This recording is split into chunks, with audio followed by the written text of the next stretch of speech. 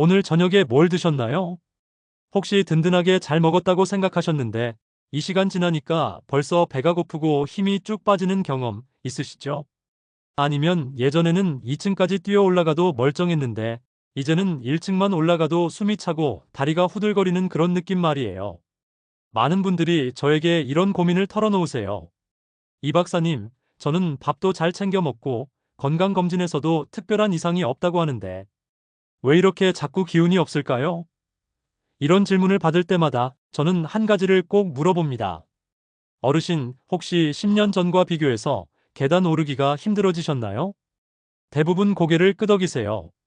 여러분, 이건 단순히 나이가 들어서 생기는 자연스러운 현상이 아닙니다. 우리 몸 안에서 아주 중요한 변화가 일어나고 있다는 신호예요. 바로 근육이 조용히 사라지고 있다는 경고등인 거죠. 오늘은 여러분과 함께 이 문제를 제대로 파헤쳐보고 무엇보다 집에서 바로 실천할 수 있는 확실한 해결책을 찾아보겠습니다. 근육이 줄어든다는 게 정확히 어떤 의미인지 아시나요? 많은 분들이 그냥 팔다리 힘이 빠지는 거 아닌가라고 생각하시는데 사실은 훨씬 더 심각한 문제입니다. 우리 몸의 근육은 마치 만능 공장과 같아요. 첫 번째로 근육은 우리가 먹은 당분을 저장하는 창고 역할을 합니다. 밥을 먹으면 혈당이 올라가잖아요. 이때 근육이 그 당분을 쏙쏙 빨아들여서 혈당을 안정시켜주는 거예요. 그런데 근육이 줄어들면 이 기능이 떨어져서 똑같은 밥을 먹어도 혈당이 더 높이 올라가고 더 오래 지속됩니다. 당뇨병 위험이 높아지는 이유가 바로 여기 있어요. 두 번째로 근육은 우리 몸의 보일러 역할을 합니다. 근육이 수축하면서 열을 만들어내어 체온을 유지해 주거든요. 나이가 들수록 추위를 많이 타게 되는 것도 근육량이 줄어들기 때문입니다. 겨울만 되면 온몸이 시리고 감기에 자주 걸리신다면 근육 부족을 의심해 보셔야 해요. 세 번째로 근육은 면역세포들이 머무르는 숙소이기도 합니다. 감염과 싸우는 면역세포들이 근육 속에 저장되어 있다가 필요할 때 출동하는 거예요. 근육이 적으면 면역력도 자연스럽게 떨어지게 됩니다. 작은 상처도 잘 낫지 않고 감기 한 번 걸리면 한 달씩 끌게 되는 것도 이런 이유 때문이에요. 마지막으로 근육은 우리 몸의 균형 잡는 기둥입니다. 걸을 때, 계단을 오를 때, 심지어 의자에서 일어날 때도 근육이 우리 몸을 지탱해 주거든요. 근육이 약해지면 균형 감각이 떨어지고 조그만한 턱에도 넘어질 위험이 커집니다. 이런 얘기를 하면 설마 그 정도까지 하라고 생각하시는 분들이 계세요. 그래서 과학적인 증거들을 보여드리겠습니다. 2018년 서울대학교 의과대학에서 발표한 연구 결과를 보면 우리나라 65세 이상 어르신의 거의 절반인 47%가 근감소증을 앓고 있다고 합니다. 근감소증이라는 건 근육량이 정상보다 현저히 적은 상태를 말하는 의학 용어인데요. 이게 단순한 노화가 아니라 하나의 질병으로 분류되고 있을 정도로 심각한 문제라는 겁니다. 더 구체적인 수치를 말씀드리면 우리 몸의 근육량은 40세부터 매년 평균 1%씩 감소합니다. 1%면 별로 많지 않네라고 생각하실 수 있는데 이게 누적되면 70세가 되었을 때는 젊은 시절의 30% 정도가 사라진다는 뜻이에요. 상상해보세요. 젊었을 때 근육의 3분의 1만 남은 상태로 살아가는 거예요. 국제학술지 노화연구저널에 실린 논문에서는 더욱 놀라운 사실을 밝혀냈습니다. 근감소증이 있는 어르신들의 사망률이 그렇지 않은 분들보다 3배나 높다는 거예요. 근육이 줄어드는 것이 단순히 불편한 정도가 아니라 생명과도 직결되는 문제라는 뜻입니다. 하지만 여기서 포기할 필요는 전혀 없어요. 같은 연구에서 희망적인 결과도 함께 발표했거든요.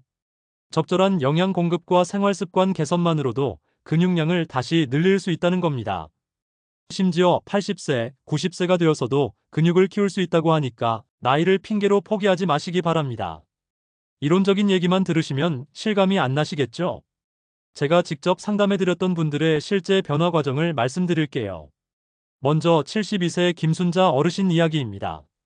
이분은 처음 오셨을 때 밥은 잘 챙겨 먹는데 왜 이렇게 힘이 없을까요?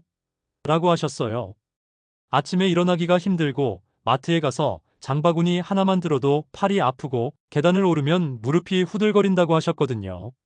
식단 일기를 받아보니까 아침은 미역국과 쌀밥, 점심은 국수나 라면, 저녁은 된장찌개와 밥이 전부였어요. 하루 종일 단백질이라고 해봐야 미역국에 들어간 조개살 몇 개, 된장찌개에 들어간 두부 한 모 정도가 다였죠. 성인 여성 기준으로 하루에 필요한 단백질의 절반도 못 채우고 계셨던 겁니다. 저는 어르신께 단계별로 식단을 바꿔드렸습니다. 처음 한 달은 아침에 달걀 하나와 우유 한 컵을 추가로 드시게 했어요. 두 번째 달부터는 점심에 고등어 통조림을 활용한 요리를 넣고 간식으로 그릭 요거트를 드시게 했습니다. 3개월 후에 다시 오셨는데 완전히 다른 사람이 되어 계셨어요. 이 박사님, 아침에 일어날 때 몸이 훨씬 가벼워요. 계단도 전보다 훨씬 수월하게 올라가고 며느리가 어머니 얼굴에 생기가 돌아오셨네요 라고 하더라고요. 실제로 근력을 측정해 보니까 악력이 18kg에서 23kg로 다리 근력은 40% 이상 향상되어 있었습니다. 또 다른 분은 69세 박철수 어르신이었어요. 이분은 당뇨가 있으셔서 단백질 많이 먹으면 신장에 안 좋다더라, 고기 먹으면 혈당이 올라간다더라 하면서 거의 채식 위주로만 드시고 계셨거든요. 그런데 혈당은 오히려 불안정했고 체중은 계속 빠지면서 근육량도 함께 줄어들고 있었어요. 저는 어르신께 적절한 양의 질 좋은 단백질은 오히려 혈당 안정에 도움이 됩니다라고 설명드렸어요. 그리고 식물성 단백질인 두부, 콩, 렌틸콩 등을 중심으로 한 식단을 제안했습니다. 3개월 후 놀랍게도 혈당은 더 안정되었고 근육량은 늘어났어요. 이제 오랫동안 서 있어도 다리가 안 아파요. 텃밭일도 예전처럼 할 수 있게 되었어요 라고 기뻐하셨습니다. 여기서 중요한 사실 하나를 알려드려야겠어요. 나이가 들면 같은 양의 단백질을 먹어도 젊을 때만큼 흡수가 잘 안 된다는 거예요. 젊었을 때는 고기 100질 먹으면 그 안에 들어있는 단백질의 90% 이상을 우리 몸에서 활용할 수 있었어요. 그런데 나이가 들면서 위산 분비가 줄어들고 소화 효소의 활성도 떨어지면서 같은 고기 100질 먹어도 실제로 근육으로 가는 단백질은 6070% 정도밖에 안 됩니다. 그뿐만 아니라 나이가 들면 근육을 만드는 능력 자체도 떨어져요. 이걸 동화 저항성이라고 부르는데 쉽게 말해서 단백질을 먹어도 근육으로 바뀌는 효율이 떨어진다는 뜻이에요. 젊은 사람은 단백질 20지 정도면 근육 합성이 최대로 일어나는데 65세 이상에서는 3040지 정도는 먹어야 같은 효과를 볼 수 있어요. 그래서 시니어분들에게는 단순히 더 많이 먹기보다는 더 효율적으로 먹기가 중요합니다. 어떤 단백질을 언제 먹느냐, 무엇과 함께 먹느냐가 젊을 때보다 훨씬 중요해지는 거죠. 그럼 이제 가장 핵심적인 내용을 알려드리겠습니다. 시니어분들에게 가장 효과적인 단백질 섭취 전략 3가지예요. 첫 번째 전략은 두유치즈 콤보입니다. 많은 분들이 달걀이 좋다고 해서 매일 먹는데 콜레스테롤 걱정돼요 하고 말씀하세요. 특히 노른자는 부담스러워 하시는 분들이 많죠. 이런 분들에게 제가 추천하는 게 바로 두유치즈 조합입니다. 두유는 식물성 단백질의 보고예요. 한 컵 200ml에 들어있는 단백질이 달걀 하나와 비슷한 78지 정도 됩니다. 그런데 두유의 장점은 단백질뿐만 아니라 이소플라본이라는 성분이 들어있다는 거예요. 이소플라본은 여성 호르몬과 비슷한 작용을 해서 특히 폐경 후 여성분들의 골밀도 유지에 도움을 줍니다. 여기에 저지방 치즈 한 장을 더하면 금상첨화예요. 치즈에는 근육 합성에 꼭 필요한 류신이라는 아미노산이 풍부하게 들어있어요. 류신은 근육을 만드는 스위치를 켜주는 역할을 하거든요. 또한 치즈의 칼슘과 비타민 D는 근육 수축과 이완에 필수적인 영양소예요. 아침 식사로 두유 한 컵과 치즈를 넣은 토스트 한 개를 드시면 하루를 시작하는 데 필요한 단백질의 3분의 1 정도를 채울 수 있어요. 게다가 소화도 잘 되고 포만감도 오래 지속됩니다. 두 번째 전략은 고등어 통조림 활용입니다. 생선이 좋다는 건 알겠는데 손질하기 번거롭고 비린내 때문에 먹기 힘들어요. 이런 말씀을 많이 하세요. 이럴 때 제가 강력 추천하는 게 고등어 통조림이에요. 고등어는 단백질 함량이 높을 뿐만 아니라 오메가-3 지방산이 아주 풍부한 생선이에요. 오메가-3는 염증을 줄여주고 근육 회복을 촉진하는 역할을 합니다. 미국 임상영양학회에서 발표한 연구에 따르면 오메가-3을 충분히 섭취한 그룹이 그렇지 않은 그룹보다 근육량 증가 속도가 30% 빠르다고 해요. 통조림의 장점은 뼈까지 부드럽게 되어 있어서 칼슘도 함께 섭취할 수 있다는 거예요. 생선뼈에는 콜라겐도 풍부해서 관절 건강에도 도움이 됩니다. 고등어 통조림을 김치찌개에 넣거나 양파와 함께 조림을 만들면 비린내 걱정 없이 맛있게 드실 수 있어요. 일주일에 34번 정도, 한 번에 반 캔 정도 드시면 충분합니다. 세 번째 전략은 그릭 요거트 호두입니다. 간식 시간이 고민이시죠? 배는 고픈데 뭘 먹어야 할지 모르겠어요. 과자나 빵을 먹자니 건강에 안 좋을 것 같고. 이런 고민을 해결해줄 완벽한 조합이 바로 그릭 요거트와 호두예요. 그릭 요거트는 일반 요거트를 농축해서 만든 건데 단백질 함량이 일반 요거트의 23배나 높아요. 한 컵에 1520g의 단백질이 들어있어서 간식으로 먹기에 안성맞춤이죠. 게다가 프로바이오틱스가 들어있어서 소화 흡수도 도와줍니다. 호두에는 단백질도 들어있지만 더 중요한 건 마그네슘과 아연이 풍부하다는 거예요. 이 미네랄들은 단백질이 근육으로 합성되는 과정에서 꼭 필요한 조효소 역할을 해요. 단백질만 먹는다고 근육이 자라는 게 아니라 이런 보조 영양소들이 있어야 제대로 된 근육 합성이 일어나거든요. 오후 3시쯤 출출할 때 그릭 요거트 한 컵에 호두 56알을 넣어서 드시면 저녁까지 든든하게 버틸 수 있고 근육 건강도 챙길 수 있어요. 하지만 실제로 많은 분들이 단백질 섭취에서 실수하는 부분들이 있어요. 가장 흔한 실수들을 말씀드리고 해결법도 함께 알려드릴게요. 실수 첫 번째는 한 번에 몰아서 먹기입니다. 저녁에 고기를 많이 먹었으니까 오늘 단백질은 충분히 먹었겠지? 이렇게 생각하시는 분들 많으세요. 하지만 우리 몸은 한 번에 흡수할 수 있는 단백질량에 한계가 있어요. 한 끼에 50질 먹는 것보다 3끼에 나눠서 먹는 게 훨씬 효과적입니다. 해결법으로는 하루 단백질 필요량을 아침, 점심, 저녁, 간식으로 나눠서 드세요. 각 끼니마다 1520지 정도씩 꾸준히 섭취하는 게 좋습니다. 실수 두 번째는 식물성 단백질 무시하기입니다. 고기나 생선만 진짜 단백질이고 콩이나 두부는 별로야. 이런 편견을 가진 분들이 계세요. 하지만 식물성 단백질도 충분히 좋은 단백질이에요. 특히 소화가 잘 안 되시는 분들에게는 식물성 단백질이 더 부담 없을 수 있어요. 해결법으로는 동물성과 식물성 단백질을 적절히 섞어서 드세요. 아침은 두유와 치즈, 점심은 생선, 저녁은 두부 이런 식으로 다양하게 섭취하시면 됩니다. 실수 세 번째로는 단백질만 먹기입니다. 단백질이 중요하다니까 고기만 먹으면 되겠네. 이것도 흔한 실수예요. 단백질이 근육으로 합성되려면 비타민, 미네랄, 탄수화물 등 다른 영양소들도 함께 필요해요. 해결법으로는 균형 잡힌 식사를 하세요. 단백질과 함께 채소, 과일, 통곡물도 골고루 드시는 게 중요합니다.